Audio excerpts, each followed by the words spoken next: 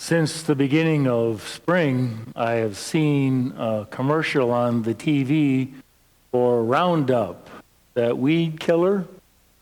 Seeing a big guy out there in his driveway, and he squirts on the weeds, and the weeds are dying up top, and then it slips away into a animated kind of a thing where you see the Roundup going down in deep into the earth to kill the roots from whence those weeds come.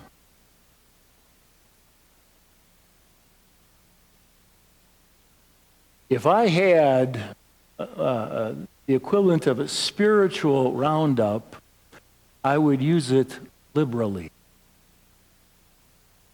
Because it is easy to think that we need to make ourselves acceptable to God in order for God to love us.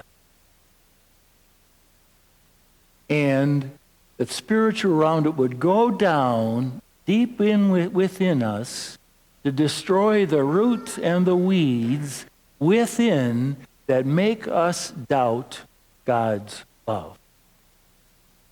We think we have to make ourselves acceptable.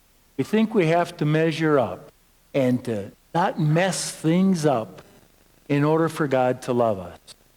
And when things go wrong, it's easy to beat ourselves up, to shame and blame ourselves, and think that I'm just not good enough and I didn't earn God's love. And when we're in that state, it's when we need some spiritual Roundup.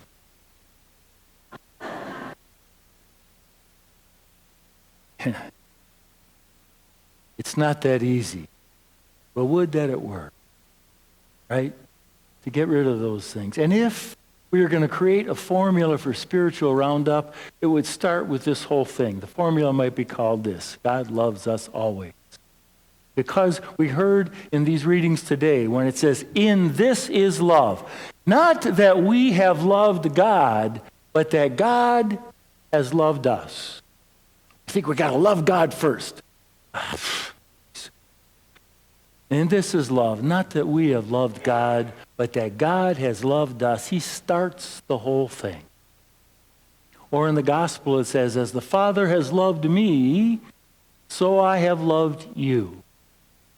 Comes from God through Jesus to us.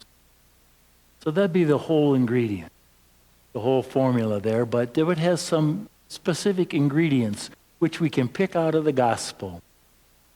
The first one is this, where it says, there is no greater love than for you to lay down your life for your friends. And we might think, oh yeah, that's right. There's nothing greater than that. That's a really nice words, Jesus, except he matches his actions with his word. So there he is, hanging on the cross. It's not a theory with him. He has died for us. He's laid down his life for us, and he's given us everything. We can say we believe that, and it's easier to believe that when we know that there are other people who do that for us as well. Like our mothers did. We might think of our mothers and the ways that they have laid down their lives for us. No mother's perfect. All right, we'll just say that right now. We all know that. But in the ways that our mothers have laid down their lives for us, or our fathers. And as I was thinking about all this, I had all sorts of images of my mom coming up and in my head, and thinking about the ways that she laid down her life for her husband and 10 children. And I think of one time, a more dramatic thing with my dad. I was about 12, and I think we were ready to go on out camping outing with the Boy Scouts, and he was the scoutmaster, so we were in the garage, and I don't know what happened, but it did. There was this, these Army gas cans that are kind of rectangular and kind of thin. Everybody know what that is? Okay. Well, somehow some gas had gotten around the outside of it, and I don't know how it happened, but it did. A flame was around the outside of that gas can, and I looked at it, and I'm thinking, I'm going to die. And my dad looked at it, within a second, looked at it, looked at me, and then took that gas can and ran outside threw it in the grass. While he's running outside, I think, my dad's going to die. But it was a quick, dramatic kind of a thing. He did not hesitate to take that gas can, risk his life. How much have parents done that for us, imperfect as they are? And have we done that for others? When we experience that other people are willing to suffer with us, suffer for us, and even suffer because of us, we know what that means. No greater love than this, than lay down your life for others. And if we ever get to the point where we're thinking, well, God's holding back on me, that's where we need some spiritual roundup. It's where we need it. Get rid of the roots there. The second thing it says is, I no longer call you slaves, for a slave does not know what his master is about, but rather I call you friends, because I have revealed to you everything I have learned from my Father. All that I know, I share with you. And we can have all sorts of friends and get together with them and have parties and all enjoy that. But isn't it true that just a few people end up being really close friends, and what marks that friendship is the willingness to share, to reveal yourself to someone else and to accept their revelation. And when we get into that, we reveal those kinds of things about which we're not proud, the things we struggle with, our mistakes, our weaknesses, as well as all the good stuff and the good times. But to a good friend, they come to know us that way. They come to reveal ourselves to others. And that's what God has done to us. In fact, he's done it in Jesus Christ, where he came to reveal the good news of God's love for us. It's all good.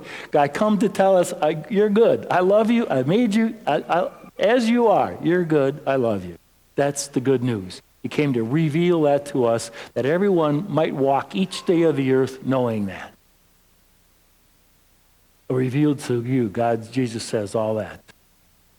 And when we might think that we are unacceptable to God, and that he's holding back, kind of not telling us, I'm not going to communicate with you because I'm going to give you the cold shoulder because you did something bad. That's where we need the spiritual roundup again, don't we? Just get down there. Get to the root of that. He has revealed it all to us.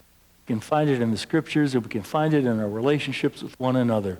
Those who are closest to us, that's what it feels like when that happens.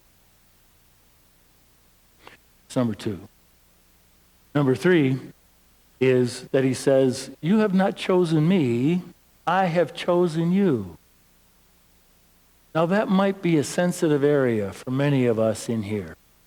Especially like when it came to sports. And that can go back to our childhood. I remember before I really learned how to play anything, before I was much of an athlete at all, one time we were out playing baseball, it might have been a recess at school, and we were choosing up teams. I was the last one chosen. And they told me to go out to right field. Well, I went out to left field because I'm thinking, I'm out in the field, that would be the right side. Well, no, see, when you're standing at the plate, that's the left side. So they said, Kaley, get over there. And they sent me over there because not many balls are hit over there. So I know what it's like, at least have not to be chosen. But God says, I have chosen you. Not you who chose me, I chose you. He chooses us each day. He chooses us to be with him. There was something I saw, I don't know how many months ago on the TV, and I don't even know where it was, but it was an experiment that they were running, some school was running, where they had a mother feeding a child, maybe he's 8, 10 months old, it looked like, in his high chair, and she's sitting there feeding him, and, oh, kitty, it's like, you're like this, her coming in, and she's really, and the kid's going, oh, yeah, great, this is, so he's eating and everything, and that's just all fun. And then mother all of a sudden turned blank. All she did was feed him. And he'd go like this, and she wouldn't respond at all. And the kid ended up crying. A mother's love is meant to affirm the child. You are good. You messed up, you're still good. Still good. And that's what helps us to grow. However we experience that love, it's also the love of God coming to us, people who love us that way. And if we ever get to the point where we think God doesn't care about us anymore and doesn't choose us, and we're just kind of lost in the world. That's what we need, some more spiritual roundup. Last night after Mass, somebody came up and said, you should take that into the confessional.